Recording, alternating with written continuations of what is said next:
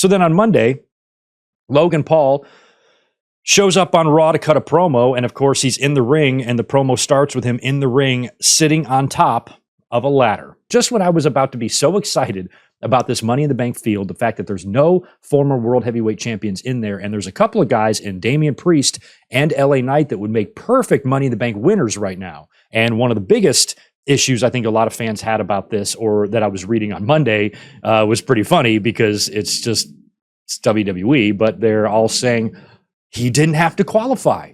Everybody else had to qualify. This doesn't make sense. Why does Logan Paul just get to walk right into this match when everybody else had to have qualifying matches? Have you not met WWE? Haven't we been saying the same shit about a whole bunch of different scenarios for years, for decades even? How many times have we seen inconsistencies in qualifying matches or championship matches or anything like that somebody gains access to? The Royal Rumble, is a big one. Sometimes you can just declare, and then other times you have to have a match to qualify for the Rumble. None of it ever, ever, ever makes any sense. Even though the fans aren't wrong, it's like, aren't you tired of complaining about that by now? Like, have we not learned how WWE does things? The last thing I give a shit about is some consistencies in WWE's rules about qualifying matches, because they have made a mockery and a joke about that forever, with or without a celebrity.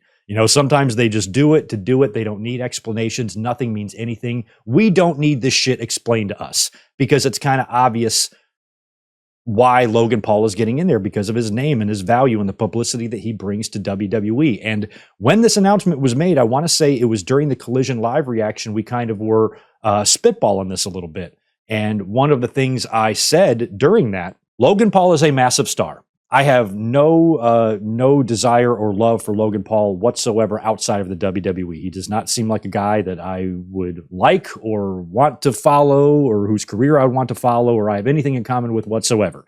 But he still is a name that everybody knows. He is a massive, massive star in the mainstream. So anytime WWE has those types of relationships with massive stars, they usually do feature them pretty heavily. And a lot of times it sucks when they don't know what they're doing, or when they're not very good or something like that, or they don't care. Maybe they're just phoning it in. Maybe they're there to plug some of their other stuff, like Jeremy Piven calling it Summerfest. They don't give a shit about any of that stuff. So I always said, as long as you're not putting championships on these people, I really don't care about celebrities coming in from time to time. Well, now we have found a guy that not only is a celebrity, but actually can do this. He actually has a knack for this. And it almost looks like if Logan Paul wasn't doing anything else in his life, he would be perfect for professional wrestling. He's got the look, he's got the attitude, he's got the ability. He's had some very good matches. Granted, he's been in there with very good talent. He is still probably done better than anybody else in their first match ever. Lawrence Taylor has had great matches, and there's been lots of celebrities that have gotten in the ring and had a couple of good matches, but I don't think anybody has matched what Logan Paul has done, to where if you didn't know who Logan Paul was, and let's say you were watching Seth Rollins and Logan Paul at WrestleMania this past year, you have never heard of Logan Paul in your life. You've never really even watched wrestling before, but as you're watching it, you would not look at that match as one wrestler versus one celebrity. It's going to look like one wrestler versus one wrestler. Logan Paul looks the part, he fits the part, he acts the part, he's doing frog splashes from the top rope through tables. LT wasn't doing that. And that is what I think sets him apart. So as fans who have to tolerate celebrities coming in and doing shit, we could be doing a lot worse than Logan Paul. Because at least he has, even made me acknowledge and appreciate the work he has done with Roman Reigns and Seth Rollins and the matches that he's had so far. He has performed well, and he has handled that stage like a champ. So, given the fact that he's a celebrity that brings massive, kind of like Bad Bunny, that brings massive publicity to WWE, but not only is a guy unlike Bad Bunny, who can actually, now Bad Bunny's still a great entertainer in the ring. That match he had with Damian Priest in Puerto Rico was fantastic, but Bad Bunny is not Logan Paul from a athletic standpoint. Logan Paul, I think, is just much better in terms of what he can do. Bad Bunny, even though he's lays it all out and he goes balls out, he does have a lot of that Vince McMahon and Shane McMahon kind of coordination to him, where he just kind of fumbles and crumples a lot. And Logan Paul is a lot more graceful and just looks a lot more like somebody who's tailor-made to do this. But then again, how can WWE ever justify putting the belt on him? You know, they signed him to a contract. I'm sure it was very lucrative, and it has a very, very limited amount of dates. And I'm sure there were some guarantees in there in terms of how he was going to be featured. We're going to give you SummerSlam matches, WrestleMania matches, big time matches. And if WWE, let's say internally years ago, maybe not years ago, but months out, have had this internal plan that they want to actually put a championship on Logan Paul, well, they've created another one now. So now we have one that he could technically win. Also, it's a brand new belt. It's still being viewed by a lot of fans as the consolation belt, which I don't believe it is. And I think Seth is working really hard to erase that stigma of it based on the amount of title matches he's having here in a short amount of time, including one in NXT on Tuesday. So, and don't forget, Logan and Seth have history from WrestleMania and their feud already.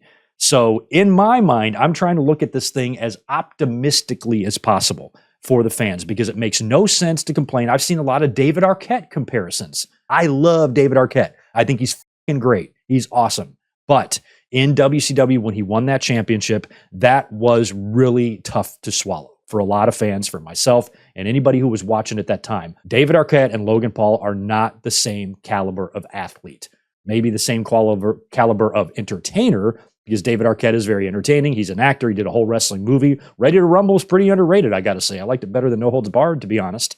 And David Arquette has had some moments, and he's a funny guy and all of that, but he's not a wrestler. He cannot do this. Logan Paul, on the other hand, you know, is in shape. He's an athlete, and he was doing a lot more physically than David Arquette ever was in the ring. So I do not think they are the same thing at all. And I know David Arquette is always going to be the go-to example for any time a celebrity gets in the ring, because of how much hate his title run got. And I didn't love it either. But this whole, it's ruining the business type of stuff. I mean, it is hard to see that big gold belt with that much history around the waist of somebody like David Arquette. That was tough. But over years, you kind of get over it. And it might have been something that hurt WCW, but they were going to die anyway. David Arquette winning the title did not kill WCW. They were going down the drain and already circling the bowl already before Arquette even won the title. So they were going to be done regardless of his involvement. So he was not a company killer or anything like that. So I don't think, looking back, the David Arquette thing was really, really that bad, but I truly believe it was worse than if WWE puts the title on Logan Paul, because, like I said, the only way a Logan Paul championship win in WWE would make any sense at this point is for him to win it like on a fluke in kayfabe, because he's lost his match. He had a title shot. He got a championship match against Roman Reigns, lost. Got a match against Seth Rollins at WrestleMania, lost. If WWE just gave him a championship match, like if they booked Logan Paul and Seth Rollins in a rematch at SummerSlam, what would the fans be saying? What did he do to get that shot? What did he do to earn that? He did nothing. He lost his last two matches and they're just giving him title shots. What is he, Charlotte? You know, so you're going to get that complaint too. So at least with Triple H in charge of creative, if he's like, well, if we're going to put the belt on the kid, he's going to have to win it in the Money in the Bank scenario, because any other scenario doesn't make sense. So for the fans that are complaining about this, there's nothing we can do about WWE's decision to put the belt on Logan Paul or put a championship on Logan Paul. Triple H probably knows, you know, the fans are going to be pissed about this either way, but they're probably going to be really pissed if we straight up give this guy a championship match and he wins. But if Logan, who is a heel again, wins the briefcase in the most douchiest way possible by not even having to qualify for the Money in the Bank, then he wins the briefcase, and then he comes in and takes advantage of Seth Rollins after an open challenge or a grueling match and comes in and wins the title in a douchey way. That's how you should book him, winning the title. Forget, it's pointless to debate whether or not he should or should not win the title. Who cares? We don't know what they've decided. If they have decided to belt him up this summer, this is the way you have to do it. I would probably be in favor of that, because I think if WWE is going to put the title on Logan Paul at all, it needs to be short. He needs to have a 6-week run, something like that, where he can do a whole bunch of talk shows, a whole bunch of appearances with the belt, and Logan Paul can take that brand new title that they've created and show it off to the world for a month and a half. And then you book the rematch, Logan and Seth at SummerSlam, and Seth wins the title back. To me, if the plan is for Logan Paul to be champion, that's the best case scenario. If not, that means he wins Money in the Bank and then leaves, and he's going to come back with it at some point, maybe cash in at any time. And that's one thing about Logan Paul that he could do. Being a part-timer means that he could literally show up anywhere and you're not really sure if he's there or not.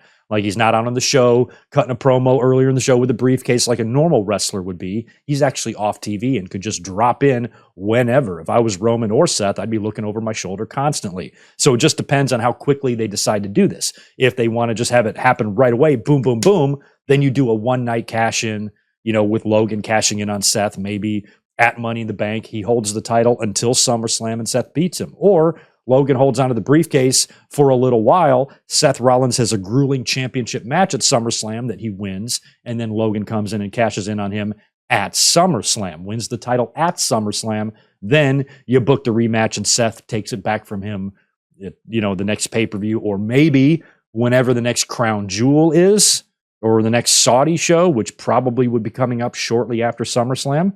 I haven't looked at the calendar. Do you guys know? Maybe October? Something like that. If there's a Saudi show, Rollins, Logan, part 2, or part 3 really, for the championship, and Rollins wins the belt back, which means he then won the World Heavyweight title in Saudi twice, which would be interesting. But, there's a bunch of different ways you could book that once Logan gets the briefcase. But I'd rather have it be over with and done before it really starts wearing thin on the fans, and Logan Paul cashing in on one night, or maybe the night after on Raw, because I think they're going to stay in London. No, probably not, because Money in the Bank is on a Saturday, so they probably will fly home. But maybe on the Monday or something, Seth defends the title again or whatnot, and Logan comes out and cashes it in and wins on Monday Night Raw.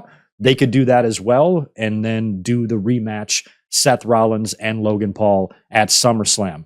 It's also possible that Logan, I wouldn't like to see him do this knowing that he's a heel, but Logan could win the briefcase and then just say, Seth, I'm challenging you at SummerSlam. But then that puts it in a straight up match again, and I don't want to see that unless there's a whole lot of cheating involved. But if Logan Paul were to win the briefcase, he's the exact type of heel that should come try to take advantage of someone and win the title in the douchiest way possible, just to maximize your heat, So I personally, based on the fact that I've been watching wrestling for 40 years, it's 2023, and WWE has been doing decades of ridiculous shit day after day after day. When you look at all the stupid shit they have done and their entire history of stupid shit, and it is one long history of stupid shit, believe me, where this Logan Paul title win would rank on it would be really low for me.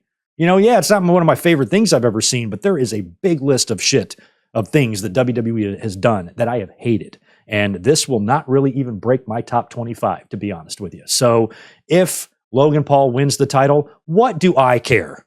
At the end of wrestling's gone down the drains. AEW is going to be the number one company now because they put the title on Logan Paul. No.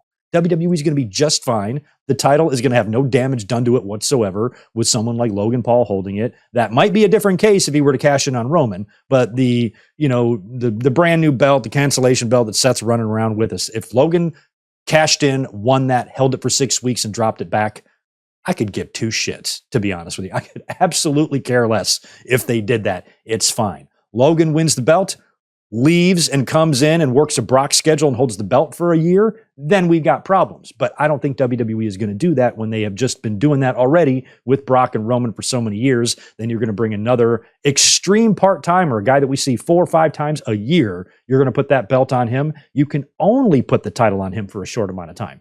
You can only do it for a short amount of time, because at least if he were to win the title in London or on the Raw after Money in the Bank and then drop it back at SummerSlam, that would ensure he'd probably be on TV every week with that belt, setting up his shit with Seth Rollins, contract signing, promos, brawls, tag team match, that type of thing. The typical tropes that they do in a feud like that, is at least we'd probably get him on TV. And while he was champion, he probably would not be a part-timer. He would probably be on TV, building up his issue with Seth every week, leading up to SummerSlam, and Seth trying to get that belt back from him. But they might not go that fast with it. They might slow it down a lot to where he wins the briefcase and cashes in down the road. But whenever Logan Paul hypothetically cashes in the Money in the Bank briefcase that he has not even won yet, but assuming he does, whenever the cash-in comes, and if the cash-in is successful, which I think it will be, they're not going to give him the briefcase just for him to have an unsuccessful cash-in. I just don't see it with Logan. Then whenever he cashes it in and whenever he becomes champion, I'm thinking absolute maximum 2 months. Max. I think 1 month or 6 weeks would be much better. So anything longer than a 2-month run for Logan, I'm not going to really be in favor of. But anything short and sweet and to the point where he can be technically a world champion, run around the globe with the belt, promoting everything for a few weeks, at this stage of my life, why do I care?